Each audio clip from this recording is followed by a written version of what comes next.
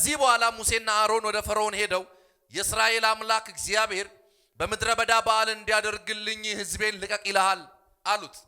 ፈርዖንም እንድታዘዘውና እስራኤልን እንድለቅለት ለመሆኑ ይህ እግዚአብሔር ማን ነው? እግዚአብሔርን አላውቅም እስራኤልንም አልለቅም አለ። በደንብ ስሙ። እግዚአብሔርንም አላውቅም እስራኤልንም አልለቅም አለ። እነርሱም የዕብራውያን አምላክ ለኛ ተገልጦልናል፣ የ3 ቀን መንገድ ወደ ምድረ በዳው ተጉዘን ለአምላካችን ለእግዚአብሔር መስዋዕት እንድንሰዋ ፍቀድልን፣ አለዚያ ግን በመቅሰፍት ወይም በሰይፍ ይመታናል አሉት። ቁጥር 4 የግብፅ ንጉስም እናንተ ሙሴና አሮን ለምንድን ነው ሕዝቡን ስራ የምታስፈቱት? ሰምታችኋል።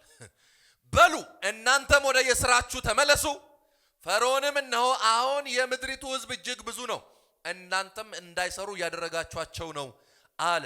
በዚያን ዕለት ፈርዖን ለባሪያ ተቆጣጣሪዎችና ለሕዝቡ አለቆች እንዲህ ሲል ትእዛዝ ሰጠ። ለጡብ ስራ የሚያስፈልጋቸውን ጭድ ካለበት ቦታ ሄደው ራሳቸው ያምጡ እንጂ ከእንግዲህ እናንተ እንዳታቀርቡላቸው። ሆኖም ቀድሞ በሚያቀርቡት ሸክላ ልክ ሰርተው እንዲያቀርቡ አድርጓቸው። የሥራ ድርሻቸውን አትቀንሱ፣ ሰነፎች ናቸው። ሄደን ለአምላካችን መስዋዕት እንሰዋ የሚሉትም ለዚህ ነው። ለሐሰት ወሬ ስፍራ ሳይሰጡ ተግተው እንዲሰሩ ስራውን አክብዱባቸው አለ ይላል። ኢየሱስ ጌታ ነው። እስኪ በደንብ ጮና አሜን በሉ። ሙሴን እግዚአብሔር አምላክ ያመልከኝ ዘንድ ሕዝቤ ምን በል ልቀቅ ብለህ ሂድና ለፈርዖን ምን በለው ንገረው ብሎ በላከው ጊዜ ሄዶ ሙሴ ለፈርዖን ሲነግረው ፈርዖን ምን አለ? እግዚአብሔርን አላቅም እስራኤልንም ምን አለግም አለቅም ብሎ በጣም ከባድ የሆነ የዛቻ ንግግር ለሙሴ ነገረው ማለት ነው። ክብር ለኢየሱስ ይሁን። በጣም ከገረመኝ ነገር ደግሞ መጽሐፉ ሲናገር ለምንድነው ህዝቡን ስራ ፈት የምታረጉት? ምን ማለት ነው? በሌላ አማርኛ ለነሱ እግዚአብሔርን ማምለክ ስራ መፍታት ነው። ከዛ ለህዝቡ ተቆጣጣሪዎች ለነዚህ ባሪዎችን ለሚቆጣጠረው ምን አሉ? ለነዚህ ለሰነፎች። ኢየሱስ ጌታ ነው። አምልኮ ለፈርዖን ስራ ፈትነት ነው። ለዚህ ነው አንዳንዴ አይታችኋል እግዚአብሔርን ስታመልኩ ምናምን ሰዎች ምን ስራ የላቸውም ይላል። ወተው መንገድ ላይ ወንጌል ስትመሰክር ስራ የላቸውም ይላል። ጎናችሁ ያለው ሰው ካምልኮ የሚበልጥ ምን ስራ አለ በሉ ባካችሁ። እስኪ አሜን በሉ። ሊሊ ስትዘምር ስራዬን እሰራለሁ አለች። ስራዬም አንተን ማምለክ ነው። ኢየሱስ ጌታ ነው። እስኪ ጩና አሜን በሉ ባካችሁ። እስቲ አምልኮ ስራ ነው በሉ ባካችሁ። ድገሙና አምልኮ ስራ ነው በሉ። አንድ ጊዜ ዮናስ እግዚአብሔር አምላክ ወደ ነነዌ ህዝብ ሂድና ለነነዌ ህዝብ ንገራቸው ንስሐ እንዲገቡና በጾም ጸሎት እንዲቆዩ አለበለዚያ ነነዌ በ3 ቀን ምን ትላለች ትገለበጣለች ብሎ ነገረው። ዮናስን ፈራና ኖ ነነዌ አልሄድም አለና ወደ ተርሴስ መርከብ ከፍሎ ተሳፍሮ ሄደ። ከዛ በዮናስ ምክንያት መርከቢቱ ስትናወጥ በጣም የሚገርማችሁ ሰዎች የሸመቱትን እህልም ስንዴም እያነሱ መርከቢቱ እንዳትሰጥም ወደ ውሃ ሲጨምሩ ዮናስ ግን ይላል የመርከቢቱ ታችኛ ክፍል ገብቶ ምን ብሎ ነበር? ተኝቶ ነበር ይላል። ኢየሱስ ጌታ። እስኪ ጩና አሜን በሉ። በኋላ የመርከቡ ካፒቴን ሮጦ መጣና አንተ ሰውዬ ለመሆኑ ስም ማን ስራስ ምንድነው ብሎ ሲጠይቀው ስሜ ዮናስ ይባላል፣ ስራዬ ደግሞ አለ ሰማይና ምድር የፈጠረውን እግዚአብሔርን ማምለክ ነው አለ። እስኪ ጩና አሜን በሉ ባካችሁ። ጎናችሁ ላለው ሰው አስተዋውቁ። እንትና አባላለሁ በሉ ንገሩት። እንትና አባላለሁ በሉ። የኔ ስራ ሰማይና ምድርን የፈጠረውን እግዚአብሔርን ማምለክ ነው በሉ። ሌላው ስራ እንዳለ ሆኖ ማለት ኢየሱስ ጌታ። አምልኮ ስራ የማይመስለው ሰው አለ። ወንጌል ሲሰብኩ ስራ የማይመስለው ሰው አለ። በተለይ አሕዛቦች ምን ስራ የላቸውም ይላል ጳውሎስ ጢሞቴዎስን ሲመክረው ምን ወንጌል ሰባኪነትን ስራ አድርግ ነው ያለው። ስራ ነው እግዚአብሔርን ማምለክ። እስኪ አሜን በሉ። ስለዚህ ምንድን ያለው ፈርዖን እነዚህ ምን ስራ ፈቶች ምንድነው ዝም ብለው ተሰብስበው ኢየሱስ ኢየሱስ የሚሉ ስራ የላቸውም። ከዚህ በላይ ስራ አለ። እኛ እናመልካለን፣ እርሱ ጠላቶቻችንን ድል ይመታቸዋል። እኛ እናመልካለን፣ እግዚአብሔር ድብቅ ጦር ያስነሳል። እኛ እናመልካለን፣ እግዚአብሔር መባረክን ይባርከናል። እስኪ አሜን አሜን አሜን። ስለዚህ እኛ ስራ ፈተን አይደለም፣ ትልቅ ስራ ይዘናል። እርሱም እግዚአብሔርን ማምለክ። ስለዚህ ያመልከኝ ዘንድ ህዝቤ ምን በል ልቀቅ ሲል ጭራሽ ፈርዖን ተናደደና እነዚህ ስራ ፈቶች ሰነፎች ናቸው አለና ምን አለ መሰላችሁ የአለቃ የባሪያ ተቆጣጣሪዎች እነዚህ አላችሁ ስራውን አክብዱባቸው ከዚህ በኋላ ጭድ እናንተ እንዳታመጡ ያለበት ድረስ እነሱ ይሄዱ ያምጡ አከበዱባቸው ይላል እኔ ደስ የሚለኝ አንድ ቃል አለ ባስጨነቋቸው መጠን ይበዙ ነበር ይላል በጌታ በኢየሱስም እዚህ ጉባኤ መካከል የሚበዛ እንጂ የሚጠፋ ትውልድ የለም የሚጨምር እንጂ የሚያንስ ትውልድ የለም ኢየሱስ ጌታን ባስጨነቋቸው መጠን ምን ይሉ ነበር ይበዙ ነበር ይላል ይኸውልህ መከራው ሲበዛ ትጨምራለህ መገፋቱ ሲበዛ ትጨምራለህ ኢየሱስ ጌታን ስለዚህ ምን አለ ፈርዖን አለቅም እግዚአብሔርን አላቅም እስራኤልንም አለቅ ብሎ ዛተ ማለት ነው ክብር ለኢየሱስ ይሁን ከዛ በኋላ እግዚአብሔር እንዴት እንዳወጣቸው እንመለከት ዘጸአት ምዕራፍ 8 ቁጥር 22 ቶሎ ያልኩ ነው ማካፈላችሁ በዚያች ዕለት ግን ህዝቤ የሚኖርባትን የጌሴምን ምድር የተለየች አደርጋታለሁ እኔ እግዚአብሔር በዚች ምድር እንዳለው ታውቅ ዘንድ የዝንብ መንጋ በዚያ አይኖርም ይሄ ምን ማለት ነው እግዚአብሔር የፈርዖንን ህዝብና ግብጽን ሲመታ በሙሉ ፈርዖንንና ግብጽን በሙሉ በዝንብ ሲመታ በጣም ይገርማችሁ የጌሴም የምትባለው ምድር ግን አለ ኢየሱስ ጌታ ጌሴም የምትባለው ግን ኢየሱስ ጌታ እቺ እስራኤላውያን የሰፈሩባት ምድር ግን ዝንብ የሚባል ለምንድን ነው ሲባል እኔ እግዚአብሔር ከህዝቤ ጋር እንዳለው ይታወቅ ዘንድ የሆነ ሰው ላይ ልናገር አንዳች ምልክትማ በህይወታችሁ ይሆናል እግዚአብሔር ከናንተ ጋር እንዳለ ይታወቅ ዘንድ አምላካችሁ አብሯችሁ እንዳለ ይታወቅ ዘንድ አንዳች ምልክት በህይወታችሁ ይሆናል ይሄ ምልክት ይሆናል አለ ምን ሲባል ጌሴም ላይ ዝንብ የሚባል አይገባ ድፍን ግብጽ በዝንብ ሲሞላ እቺ ምድር ግን ኢየሱስ ጌታ እንዴት ሊሆን ይችላል እግዚአብሔር ይችላል አይ ዝንብ ራሱ ይሰማዋል እኮ ዝንብ ራሱ ማለት ዝንቦች ተሰብስባችሁ ፈርዖንና ሰራዊቱን አጨናንቁ ህዝቤ ጋር ግን እንዳደርስ ሲለው ዝንብ ራሱ እየመጣ ይመለሳል እዚህ ጋር ተከልክለናል እስኪ አሜን በሉ ባካችሁ ዘንድሮማ አንተ ሰፈር የሚከለከል ጠላትን ግን የሚያጥለቀልቅ የሆነ መክሰፍት ይኖራል እስኪ ጮና አሜን በሉ ባካችሁ እኔ አላውቅም በጸናች ክንድ መለቀቅ የሚሆንለት ሰው አለ ወል እዚህ ግብጽ ውስጥ ማለት ነው አባት አለ ልጅ አለ የልጅ ልጅ አለ ብዙ ትውልድ ነው ያለው ለብዙ ዘመናት በባርነት ቀንበር የታሰሩ ለ400 ስንት 30 አመት 430 አመት ቀልድ ነው እንዴ ይሄን ሁሉ ዘመን ተዋልደው የልጅ ልጅ ሞልቷል ይሄ ሁሉ በባርነት ውስጥ ነው ያለው ዛሬ ለአንድ ሰው መልእክት አለኝ ከሚመጣው ከእግዚአብሔር ቃል የተነሳ አንተ ብቻ አይደለም ዘሮች ይለቀቃሉ ትውልድ ይለቀቃል በኢየሱስ ማዳጋባ ጄናሞስ ኢየሱስ ጌታ ነው ይሄንን ታምራት ተደርጋለሁ አለ ቁጥር 24 እግዚአብሔርም እንዲሁ አደረገ አስጨናቂ ዝንብ መንጋ በፈርዖን ቤተ መንግስትና በሹማምንቶች ቤቶች ላይ ወረደ መላው የግብጽ ምድር ከዝንቡ የተነሳ ተበላሽቶ ነበርና ቁጥር 25 ስሙኝ ከዚያም ፈርዖን ሙሴንና አሮንን አስጠርቶ ሂዱና በዚሁ ምድር ለአምላካችሁ ሰው አላቸው በየት ምድር እዚሁ ግብጽ ከግብጽ ሳትወጡ እዚቹ ግብጽ ላይ ሄዱና ምን በሉ ሰው ሲለው ሙሴ ያለው ነገር ደስ የሚለኝ ይላል ሙሴ ግን እንዲህ አለ ይህ ትክክል አይሆንም ለአምላካችን ለእግዚአብሔር የምናቀርበው መስዋዕት በግብጻውያን ዘንድ አጸያፊ ነው እንደው በ54 ያዘም ያነብልኛል ቁጥር 25 26 ምን ይላል በ54 ሙሴም ለእግዚአብሔር ለአምላካችን የግብጻውያንን ርኩሰት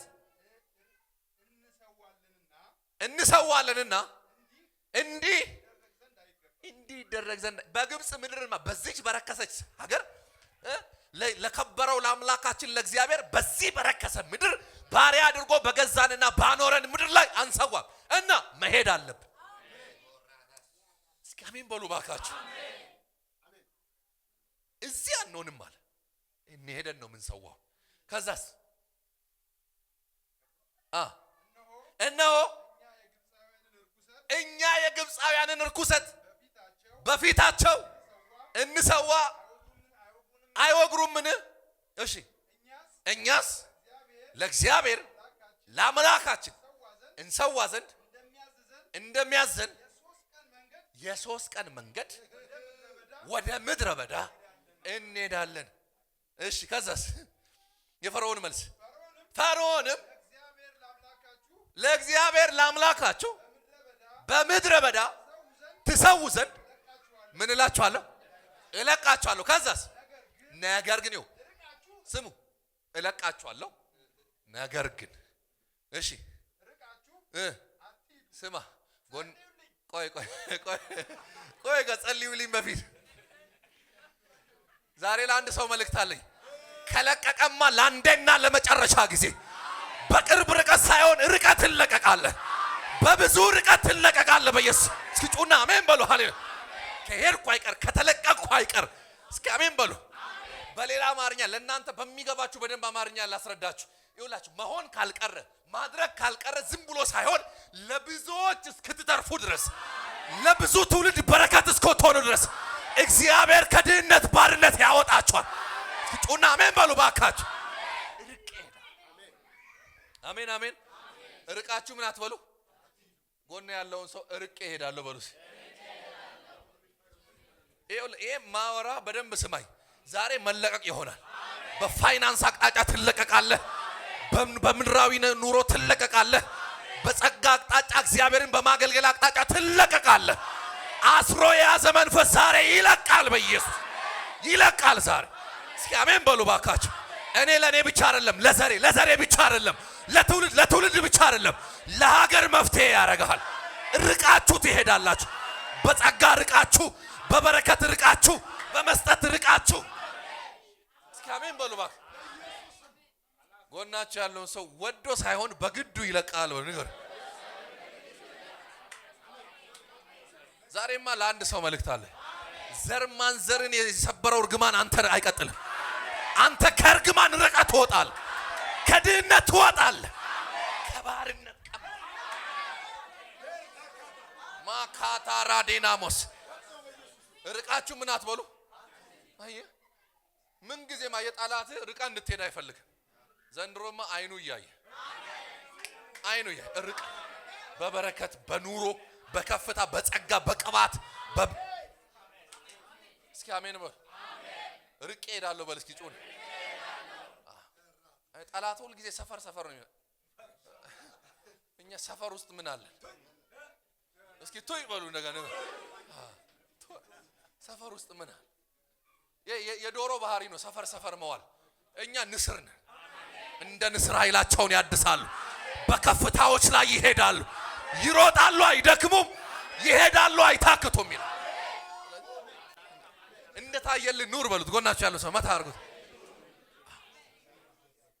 እለቃችኋለሁ ርቃችሁ ግን ከዛ ለኛም ምን በሉ። እሺ ከዛስ? ሙሴም እነሆ ካንተ ዘንድ እወጣለሁ። እሺ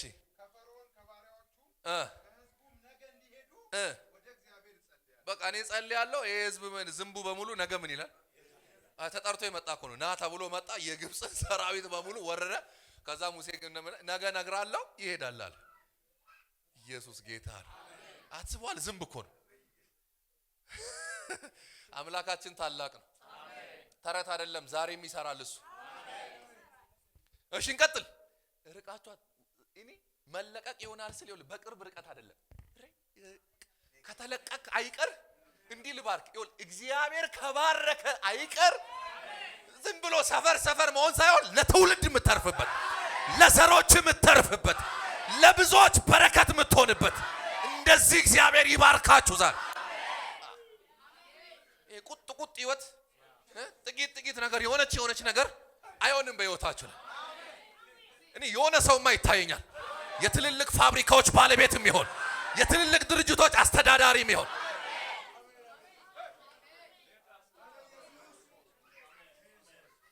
አንዳንድ ሰው እንዲህ ሲነገር ምንድነው ምናምን የሚል ሰው አለ። ከተመቸ ቁጭ በል ወንድሜ። መቼም ከድህነት ጋር አልስማማም። ከአቅም በላይ ከጸጋ በላይ አሳንሶ የሚያኖር ክፉ ድህነት ነው። ባሪያ አርጎ ጊዜ የገዛ አቅም እያለ አቅም እንደሌለ ጸጋ እያለ ቀብሮ የሚይዝ ዛሬ በጌታ እርቀነው እንሄዳለን። ላንገናኝ እንፋታ። እስኪ አሜን በሉ ባካችሁ። እመኑኝ፣ የምሬን እኮ ነው። እኔ ፈጽሞ እንደዛ አይነት ስብከት ሰባኪ አይደለም። ግን ወንጌል የብልጽግናም የድህነትም አይደለም። ወንጌል ኢየሱስ ነው። ሂዱና ዘፍጥረት ምዕራፍ 13ን አንብቡ። እግዚአብሔር አብርሃምን እጅግ እስኪ አበለጠገው ይላል። የአብርሃም አምላክ ብለህ ስትጸልይ እኮ የሚያበለጥግ ነው አለ። በቤቱ 318 ባሪያ ይመገብ ነበር እንዴ። ሂድና ስለ ይስሐቅ አንብብ። ይፈሩት ነበር ይላል። እስኪፈሩት ድረስ ኃያል ሆነ ይላል። ሂድና ሰለሞን ቤት አንብብ። ሰለሞንን መጽሐፍ ቅዱስ አንብብ። ሰለሞን ቤት ብር እኮ በኪሎ ነው የሚመዘነው። ስንት ብር ነው አይባልም፣ ስንት ኪሎ ነው የሚባል። ይሄ እኮ ነው የኔና ያንተ አምላክ። ዛሬ የድህነት አናቱ ይመታ። ይልቀቃችሁ በኢየሱስ ስም፣ ይልቀቃችሁ በኢየሱስ።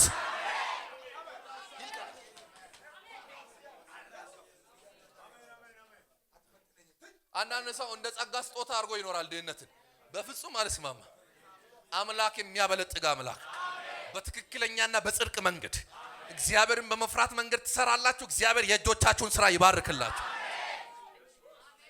ብዙ ጊዜ ከመጥቀስ ውጪ በህይወታችን ፕራክቲስ አናደርገውም። ለዛ ነው እግዚአብሔር እረኛዬ ነው አይደል ዳዊት ያለው፣ የሚያሳጣኝም እና ታዲያ የሚያሳጣኝም የለም ብለህ ቤት ኪራይ መክፈል እያጣ እንዴት ነው ቃሉ ጋር የተሰበረ ይሆናል ዛሬ?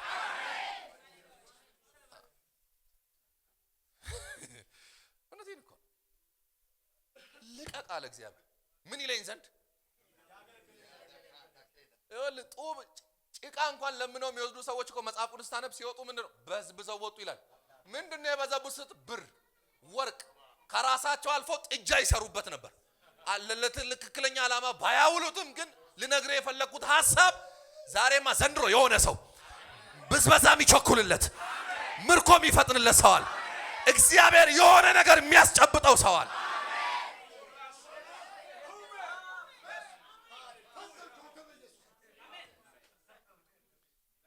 እግዚአብሔር ይባርካል ብለህ እኮ ራሱ ማውራት የሚያምርብህ እኮ እየሰጠ ስትኖር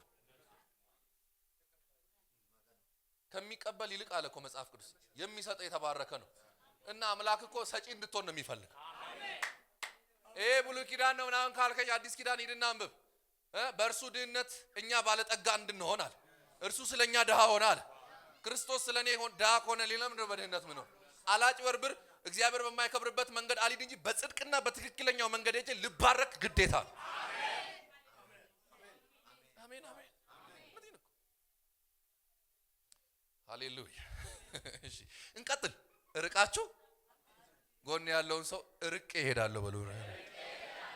እኛ ሰፈር አናይም። ባለፈው ብያቸዋለሁ። ጌታዊ እንደው 4 በ4 ቤት ይላል። ከጠየቅ አይቀር እግዚአብሔርን ትልቅ ነገር ጠይቅ። ትልቁንም የሚሰጥ እሱ ነው፣ ትንሹንም የሚሰጥ እሱ ነው። ሰው ግን የጠየቀውን ይቀበላል። አለቀ። ኢየሱስ ጌታ ነው። እሺ እንቀጥል ቶሎ። ምዕራፍ 10 ሂዱ አላቸው፣ ፈቀደላቸውና ግን ምን ብላችሁ አትሂዱ? ዛሬ እኔ ማየው እዚህ ጉባኤ መካከል ርቆ የሚሄድ ትውልድ ርቆ። ቁጥር 10 ምዕራፍ 10 ቁጥር 7 የፈርዖንም ሹማምንት ይህ ሰው ሙሴን ነው የሚሉ እስከ መቼ ወጥመድ ይሆንብናል? አምላካቸውን እግዚአብሔር እንዲያመልኩ ሰዎቹን ልቀቃቸውና ምን ይበሉ ይሄዱ። ግብጽ እኮ መጥፋቷን እስካሁን አልተገነዘብክምን አሉት። ከዚያም ሙሴና አሮን ወደ ፈርዖን እንዲመጡ ተደረገ። ሂዱ አምላካቸውን እግዚአብሔር ምን በሉ አምልኩ። ነገር ግን አለ መሄድ የሚገባቸው የትኞቹ ናቸው? መሄድ ሂዱ። ቁጥር 9 ጀምሮ ታነብልኛለህ። መሄድ ሂዱ ግን መሄድ የሚገባቸው እነማን ናቸው? ሊለቀቁ የተገቡት እነማን ናቸው? ከዛ ቁጥር 19 ምን ያህል ሙሴም እኛ እንሄዳለን የእግዚአብሔር በዓል ሆኗልና ታናናሾችና ሽማግሌዎችን ወንዶችና ሴቶች ልጆቻችንን በጎችና ከብቶቻችን ከኛ ጋር ይሄዳሉ። አንድ ሳይቀር ከወጣንማ አይቀር። አንተ ወጥተህ ዘርህ አይቀርም። ልባርክ የሆነን ሰው ከባረክ አይቀር አንተ ወጥተህ ዘርህን የምታወጣ ታካ ፓራዲናሞስ አንተ ተባርከ ዘር በድህነት አይቀጥልም። በአንተ መባረክ ውስጥ ሁሉ ያገኛቸዋል። ሁሉ ካሉበት እርግማን ይወጣሉ በኢየሱስ። እስኪ አሜን በሉ ባካችሁ። ከዛ አስቀጥል ኤፊ እንደዚህ አለ። ቆይ ሙሴ እንደዚህ አለ። ማን ነው የሚወጣው? የትኞቹ ናቸው የሚሄዱት ብሎ ሲጠይቅ ከሄድንም አለ ከብት ሳይቀር ከሄድን አይቀር ልጆች ሳይቀሩ ሚስቶች፣ ወንዶች፣ ባሎች አንድ ሳይቀር ይወጣሉ አለ። ፈርዖንም ያለውን ስሙ። ከዛስ ፈርዖንም እናንተን ከልጆቻችሁ ጋር ስለቅቅ እግዚአብሔር ከእናንተ ጋር ይሁን፣ ነገር ግን ክፉ ነገር በፊታችሁ እንደሚሆን ተመልከቱ።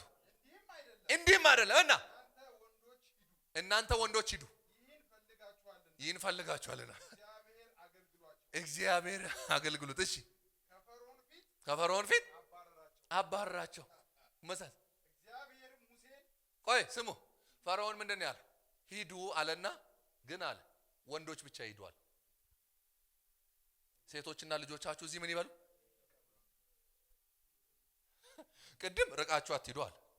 በደምብ ስሙ። ቅድም ርቃችሁ አትሂዱዋል። አሁን ማምለክ ነው የምትፈልጉት እግዚአብሔርን? አዎ ሂዱ። ግን ወንዶች በሙሉ ይሄዱ፣ ሴቶችና ልጆች ምክንያቱም ገና የሚያድጉ ናቸው። ረጅም ዘመን ያገለግሉታል። ሴቶች አሉ፣ ከዛ ይወልዳሉ። አየ የሰይጣን ክፉ ሐሳብ። ወንድ የሆነ ብቻ ውትድርና ነው እንዴ? ቆይ የሚሄዱት እኮ እግዚአብሔርን ለማምለክ ነው። ኢየሱስ ጌታ ነው። እኔ የሆነ ሰው ላይ ልናገር፣ ዘሩን ሳይቀር ይዞ የሚወጣ አንድ ሰው አለ። ዘሩን ሳይቀር ከተለቀቅን አይቀር እኔ ብቻ አይደለሁም፣ ዘር ማንዘር እስከ ዛሬ የኖረ ትውልድ በሙሉ ከብት እንኳን አይቀር። ያ ብቻ አይደለም፣ በኋላ አሳያችኋለሁ። ሰኮናቸው እንኳን አይደለም ከኛ የከብት ሰኮና የሆነ ሰውማ ይኸውልህ ሙሉ በሙሉ አንድ ሳይቀር ከድህነት ይፋታል። ምንም ነገር ላይዘው ማለት ነው።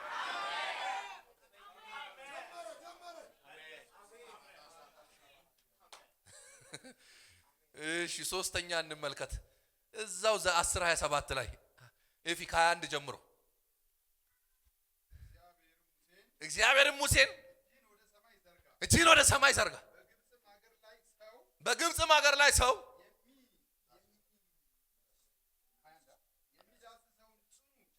እሺ ሰው የሚዳስሰው ጨለማ ይዳሳል በጌታ። ምን አይነት ከባድ ነገር ነው! ቆይ ጨለማ እስኪ የዳሰሰ ሰው ጨለማ ነክቶ የሚያክሰው አለ እዚህ? ሰው የሚዳስሰው ጨለማ ጠላት ላይ እንዲሁንበት። ወይኔ ሚራራ ሰው አለ እዚህ ጉባኤ። እኔ ጠላት ላይ እንዲሁንበት፣ ድህነት ላይ እንዲሁንበት፣ ለዘላለም ይጨልምበት። ሰው በእጅ የሚዳስሰው ጨለማ ይሁን። ጨለማ እኮ በባህሪው ምን አይልም አይዳስም። ግን እግዚአብሔር ምን ያህል ስለነሱ ጨክኖ እንደተነሳ ተመልከቱ። ዛሬ እኔ እመነኝ እግዚአብሔር ስለ አንድ ሰው በበቀል ተነሷል። ከዛ ሴፍ ይቀጥል እባክህ። ቃሉ ራሱ ደስ ይላል። ሙሴም እጁን ወደ ሰማይ ዘረጋ፣ በግብፅ አገር ሁሉ ጽኑ ጨለማ 3 ቀን ሆነ። እሺ ማንም ወንድሙን አላየም። ስሙ በጌታ 3 ቀን ሙሉ አንድ ቤት ውስጥ እየኖርክ አለመታየት። ስማ 3 ቀን ሙሉ አንድ ቤት ውስጥ እየኖረ በድምጽ ብቻ እንትና አቤት ሄይ ምናምን ነው የሚባባሉት። ማንም ሰው 3 ቀን ያ ማለት ባልም ሚስቱን አያይም። ስንት ቀን ጨለማ ነው። ምንም የሚዳሰስ ጨለማ ስለሆነ ድንገት ተሳስተ ሄዳለሁ ብትል ከሆነ ነገር ጋር ልትም እያለ ስለዚህ ካለ ላለ ጠፋብኝ ቃሉ ብሏል። አንድ ጊዜ አንድ ሰው ጠፋብኝ ቃሉ አንድ ጊዜ አንድ አገልጋይ እንደዚህ ነው የተትረፈረፈ ለማለት ጠፋበት። የተትረ ይላል የተትረ አፌ ላይ ነች እኮ አለ። አሁን መጥቶ ላለመላተም ሲሉ ማለት ነው። አሁን መጣየ እንትኑ ሲግናሉ ተስተካክሏል።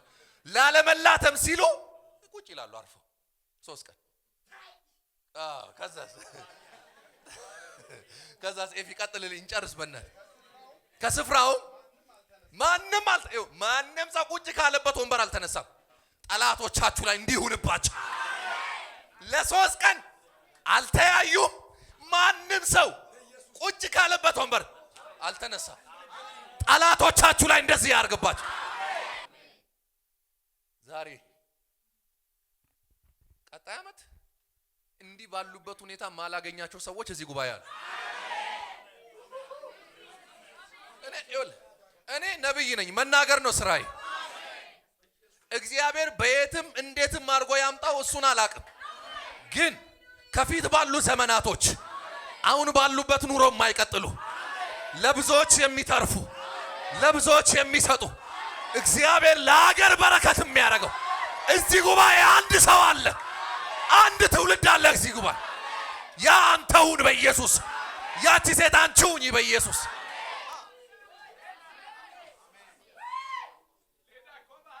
ወንድሜ ያንተ መደየት የጽድቅ ምልክት አይደል።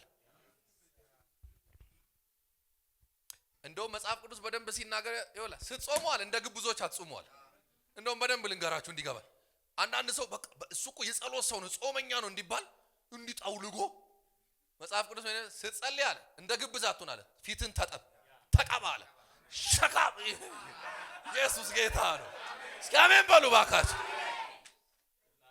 የናንተ መደየት የጽድቅ ምልክት አይደል። የናንተ መቸገርና በባዶነት መኖር ከአምላክ ጋር ስላላችሁ ህብረት የሚገልጥ አይደለም። እውነቴን እኮ ግብዞች ይላል መጽሐፍ ቅዱስ።